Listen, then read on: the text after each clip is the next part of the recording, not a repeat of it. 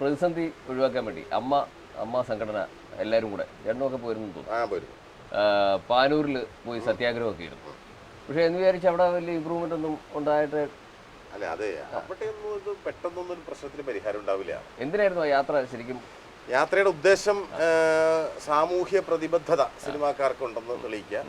അത് മാത്രമല്ല, അവിടെ ഒരു സമാധാന അന്തരീക്ഷം സൃഷ്ടിക്കാൻ എന്തെങ്കിലും ഞങ്ങൾക്ക് ചെയ്യാൻ പറ്റുമെന്ന് ശ്രമിക്കുക.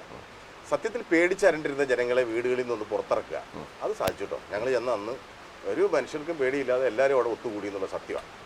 പക്ഷെ അവിടുത്തെ പ്രശ്നങ്ങൾക്ക്, നിരന്തരമായ പ്രശ്നങ്ങൾക്ക് ശാശ്വതമായൊരു പരിഹാരം എന്ന് പറയണമെങ്കിൽ അത് പെട്ടെന്ന് നടക്കുന്നതല്ല, ഒരുപാട് കാലം കൊണ്ട് അത് നടക്കുള്ളൂ.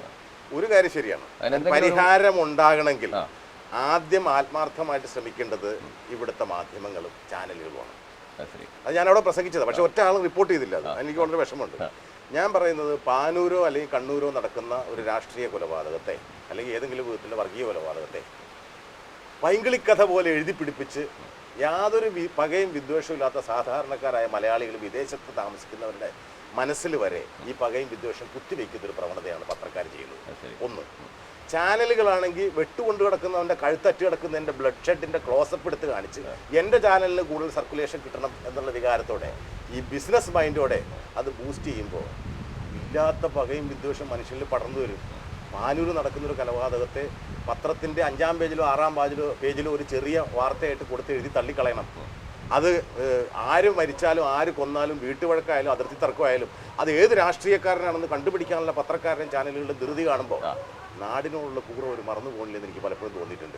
അവരത് ഏത് രാഷ്ട്രീയക്കാരെങ്കിലും ആവട്ടെ, CPM-കാരൻ BJP-കാരനെ കൊന്നൊന്നോ RSS-കാരൻ കേരള കോൺഗ്രസ്സുകാരനെ കൊന്നൊന്നോ എഴുതാതെ മനുഷ്യനെ കൊന്ന കഥയായിട്ട് എഴുതുന്നത്.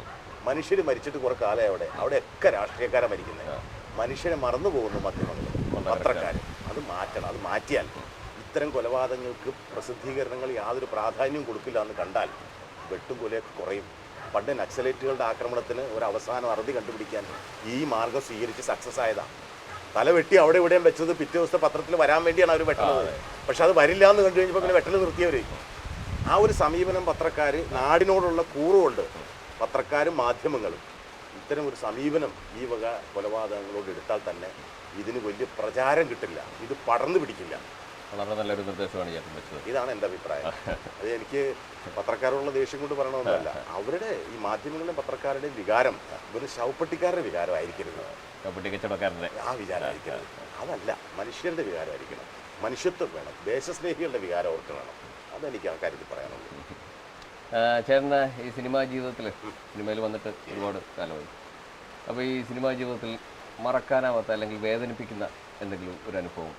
വേദനിക്കുന്ന അനുഭവങ്ങൾ പലതുണ്ട്. പറഞ്ഞാൽ പലരും വേദനിക്കും. അതുകൊണ്ട് ഞാനത് പറയാതിരിക്കണല്ല നല്ലത്. എന്നെ വേദനിപ്പിച്ചവരിപ്പോൾ വേദനിക്കും, ഞാനത് പരസ്യമായിട്ട് പറഞ്ഞാൽ. അതുകൊണ്ട് ഞാനത് പറയാതിരിക്കുന്നതാണ് ബുദ്ധി. അപ്പോൾ പിന്നെ നമ്മുടെ മലയാളത്തിലെ 2 അതുല്യ നടന്മാർ, സൂപ്പർ സ്റ്റാർസ് എന്ന് വിശേഷിപ്പിക്കുന്നു, മമ്മൂട്ടി മോഹൻലാൽ. ഈ രണ്ടുപേരോടൊപ്പവും ചേട്ടൻ നിരവധി പടങ്ങളിൽ ഇവരെ രണ്ടുപേരെയും കൂടെ ഒന്ന് ഈ അഭിനയത്തിൻ്റെ കാര്യത്തിൽ, അഭിനയ പാഠവത്തിൻ്റെ കാര്യത്തിൽ ചേട്ടനൊന്ന് തുലനം ചെയ്താൽ? ഇത് ഒരു കുഴപ്പിക്കുന്ന ചോദ്യം ചോദിക്കില്ല എന്ന് പറഞ്ഞു ചോദിച്ചു. അതൊന്ന് മാറ്റി ചോദിച്ചത്. കാരണം ഞാൻ ഇവർ ആരുടെ ശത്രു ആണോന്നാണ് നിങ്ങളുടെ ആഗ്രഹം. അല്ല, ചോദ്യത്തിന്റെ പിന്നിൽ ഒരു ഗൂഢാലോചന ഉണ്ടോന്ന് എനിക്ക്. ഞാൻ ഒരു കാര്യം പറയാം. മമ്മൂട്ടി മോഹൻലാലും സുരേഷ് ഗോപിയും തിലകൻ ചേട്ടനും ശങ്കരാടി ചേട്ടനും അങ്ങനെ ഒരുപാട് പേര് മലയാള സിനിമയിൽ പ്രതിഭകളുണ്ട്. ഒരുപാട് റേഞ്ചുള്ള ആർട്ടിസ്റ്റുകളുണ്ട്. മമ്മൂട്ടിയും മോഹൻലാലിനും തമ്മിൽ താരതമ്യം ചെയ്യുമ്പോൾ ഞാൻ മറിച്ചൊരു ചോദ്യം നിങ്ങളോട് ചോദിക്കുള്ളൂ. നിങ്ങൾക്ക് ഒരുപാട് ഫ്രൂട്ട്സ് ഒക്കെ കഴിക്കണമല്ലേ? ഈ ഓറഞ്ചിനോടാണോ അതോ ആപ്പിളിനോടാണോ? അല്ല, അതിപ്പം പറയാനൊക്കെ ഇല്ല. രണ്ടും ഒന്നിനൊന്നും മെച്ചമാണ്. ഓറഞ്ചിന്റെ ടേസ്റ്റ്, ആപ്പിളിന്റെ taste. Mohanlal may be orange, Mammootty may be apple. I cannot say that orange is better than an apple is better than orange. Sorry, don't put me in trouble.